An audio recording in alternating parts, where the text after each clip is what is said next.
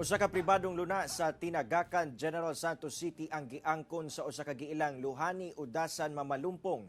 Gani presahan nilang gisulod ang lugar o gipapahawa ang mga gwardya.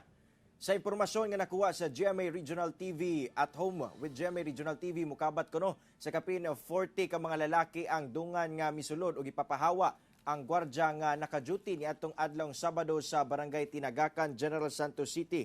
Matod sa security guard, aduna kuno'y bitbit nga sundang ang maong grupo sa mga lalaki nga nakasuot og jacket og nakamas. Gani giharas kuno sa mga lalaki ang gwardya. Gikuha ang kwarta, susi sa motor ug lisensya. Busa sa kahadlok, mipahawa na lamang kini sa lugar ug gipahibalo sa kapulisan sa hitabo. Sa pagpanubay sa GMA Regional TV 1 Mindanao kaganiha, gikural na sa maong grupo ang area gamit ang barbed wire.